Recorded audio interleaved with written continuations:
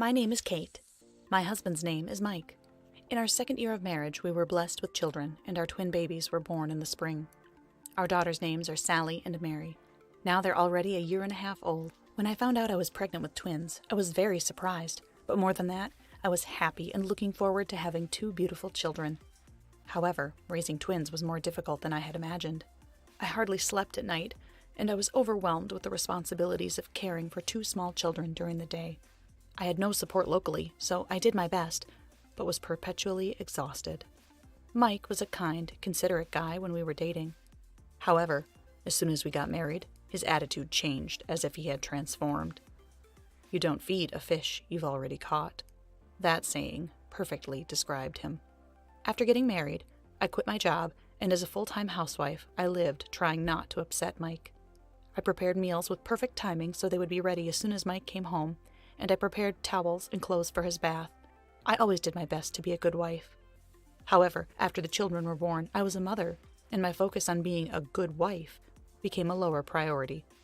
I believed that he would change when the children were born, but as it turns out, people don't change so easily. Mike's attitude not only didn't change, it got worse. "Hey, where's my dinner? I told you when I'd be home so you could have it ready by the time I got here." "I'm sorry, Sally and Mary were crying. I'll heat it up and it will be ready soon." He let out an exasperated sigh. I pretended not to hear it and heated up the dinner. From their playpen, the babies started wailing again. It's interesting with twins. When one starts crying, the other one starts crying too. The children's cries echoed throughout the house. Mike sat on the sofa, unmoved, with his newly opened beer in one hand and his cell phone in the other. From the kitchen, I made a shh noise to soothe the babies and went back and forth between the stove and setting the table. As soon as I set dinner on the table, Mike stood up. "You know what? This is taking forever. I'm just going to shower." "Dinner's ready. I just set it on the table." "I don't care. It's too late. I've had a long day and I need a shower, so I'll eat after that." And with that, the hot dinner was left untouched, and he was gone upstairs. This was an everyday occurrence. Suppressing my irritation with Mike's selfishness, I began to feed Sally and Mary their bottles and get them ready for bed. Putting the two of them to sleep was always quite a struggle. When I finally got them to sleep and returned to the living room, Mike was lying on the sofa, freshly showered. "Okay, I'm definitely hungry now. When's dinner going to be ready?" "You haven't eaten yet? You should have just heated it up and eaten it." "Oh, so I'm supposed to work all day, then come home and do housework too?" "It's just reheating it in the microwave. If I complained like you do at my job, I'd be fired." Fearing that saying anything more would further upset him, I reluctantly heated up the dinner and brought it to Mike. "Microwaved fish? Ugh. I was in the mood for meat. This sucks. Maybe I'll just eat cup ramen instead." "I went through a lot of trouble to prepare that." "Fine, because I love you and you worked so hard." Today seemed better because he actually ate what I prepared. There are days when he complains and doesn't eat the dinner I make. While Mike eats, I clean up the dishes and do the laundry. I lament the fact that I've had no time for myself. I thought that spending time with my adorable children was a happy thing, but due to Mike's lack of equal partnership, the child care and domestic tasks were draining me of both my mental and physical health. As the children began to walk, the cuteness was undeniable, but so was the difficulty. Being twins, they would go in different directions. Shopping also required me to go alone with both of them, so I spent most of my days desperately chasing after them. Every day I began to feel more depressed and isolated, and I wished I had a safe space to share my struggles and receive some support. My husband left for work before 6 a.m. and returned home most days on the last train. Even if he came home early, the babies were still always my responsibility. And if there were days that he did come home early, it was even more work for me, because I felt like I had 3 children. Mike's days off were the worst. He would sleep until afternoon, play on his phone, and hardly engage with the children at all. Yet he would ask when lunch would be ready, or tell me to take the noisy children outside. "We're going to the park now, Mike. Why don't you come with us?" "I'm just not good at the baby stuff. Plus, today is my day off. I need to rest or I'll be worthless on Monday morning." Since Mike didn't engage much with the girls, they weren't very attached to him anyway. On holidays and weekends, there are always many families at the park. I would often see families with fathers who were not only taking responsibility for the child care, but would play with their children and seemed to be enjoying it. Every time I saw that, I felt empty inside. It was as if our girls were fatherless and I were a single mother. Finally, I decided something had to change. I would leave. However, before leaving, there was something I had to do. Although Mike had said he would be home late, he unexpectedly came back a little before the children's bedtime. "Where's dinner?" You said you'd be home late, so I didn't make anything. I just fed the girls. On nights when he comes home on the last train, he usually eats dinner out, so I didn't prepare anything for him that day either. Ugh, you're as useless as ever. If you knew you were coming home, you could have communicated with me. I got done earlier than I expected. I would think you'd have a plan to prepare for situations like this. What happened to this house? It looks like a bomb went off. I typically clean up the house before Mike gets home to avoid being complained at. But today, he came back unexpectedly, and the room was not tidied up, and Mike seemed extremely annoyed with the messy room. I was planning to do it after Sally and Mary went to sleep. The reason you stay home is to do the housework and take care of the kids. This is your job, and I can't relax in such a messy room. Right. Taking care of the kids in itself is a full-time job, not to mention the housework. And even if I clean up the toys, they'll just get scattered again, so I always clean up after the kids are in bed. Ugh, enough arguing. I'm starving. Well, like I said, I didn't make anything. Can't you make something simple quickly? There's a microwavable beef bowl. I had beef bowl last night, so no. Then all we have is instant ramen, so you can have that or go out and get something. After heaving a long, drawn-out sigh, Mike exploded. You're a stay-at-home mom, yet you can't cook or do housework. Are you incompetent? I am nothing of the sort. What's the definition of someone who is left to do all the work themselves? Certainly not incompetent. You act as if I'm idling away my time. Is that what you really think? If I'd known our relationship would be so lopsided, I wouldn't have married you. I feel deceived. I could say the same about you. I wasn't shocked. On the inside, I almost laughed. I'd been waiting for the day when he would say something to push me over the edge. I felt like suddenly I was given permission to take action. And the next day, after Mike left for work, I took Sally and Mary, grabbed our luggage, and left the house. For weeks, I had already slowly started packing all of our necessities without Mike noticing. We would never return to this house. I wasn't sad. I felt free and motivated to start a new life. I left the divorce papers on his desk and we left the house. We went to my parents, who knew about my marriage and were ready to support me and the girls when I was ready. Today was that day.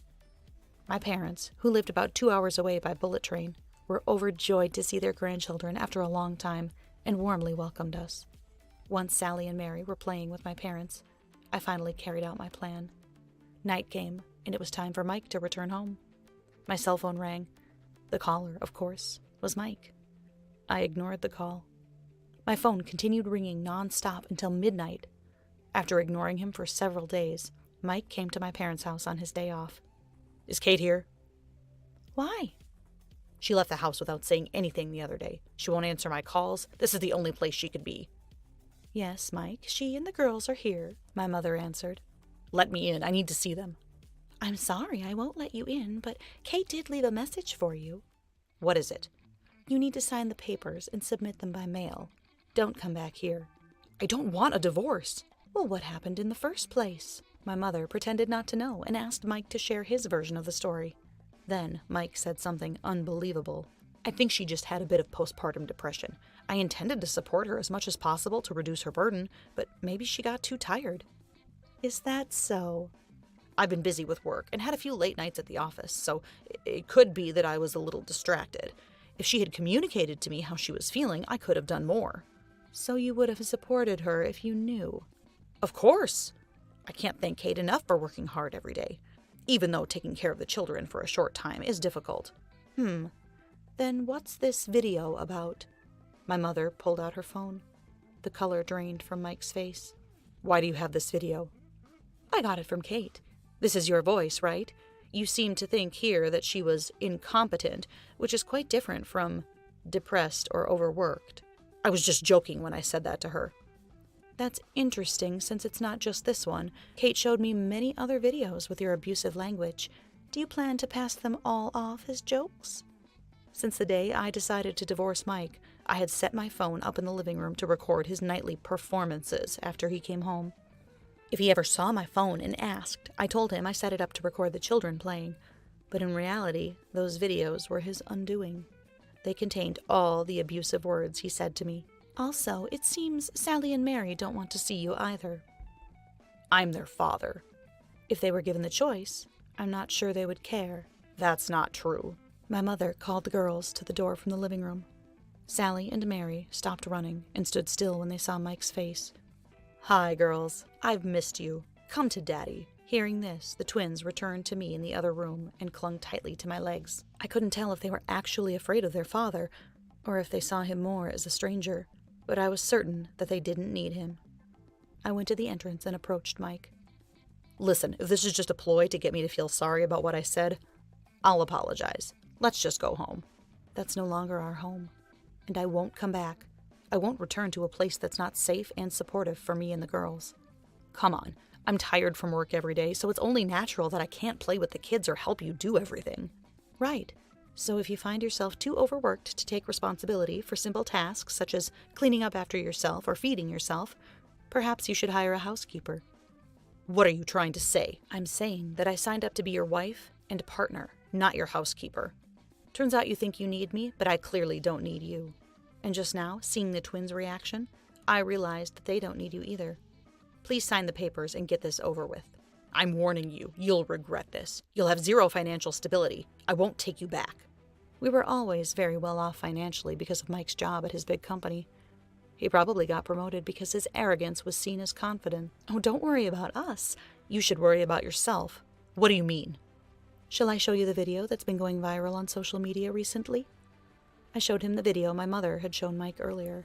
It was this video where Mike said terrible things to me while our children played in the background. Videos in which he called me a burden and incompetent were now publicly available on social media. What is this? Oh, just a little reality TV on social media that has gone viral. What do you mean by viral? It's not just my friends, but many people have shared it, and it's currently a hot topic on social media. Mike, you're famous now. Don't screw with me. What if my coworkers find out? Delete it, now. It's already out on the internet, so it's too late. There's no deleting it. You're really screwed up, do you know that? Says the guy who treated his wife like a live-in servant. Some mothers deal with this kind of hardship and only have one child. I had twins. Then when you came home from work at night, it was as if I had 3 children. You said you wanted to care for our children full-time. Correct. Our children. I did not want to be a maid or a single parent, even when you returned home from work at night. I didn't wait for Mike to reply. This was not the life I wanted. I didn't do anything wrong. The fact that you think that way is proof that there is no undoing this. Please sign the divorce papers and mail them to me. Mike seemed to have more to say, but I sent him away. A few days later, the divorce papers arrived. I immediately submitted them to the city office, and we got divorced. As for him, it became rumored in his company that he was the voice in the video, and his good public image took a significant hit. His sales performance, a job where image is crucial, began to decline rapidly.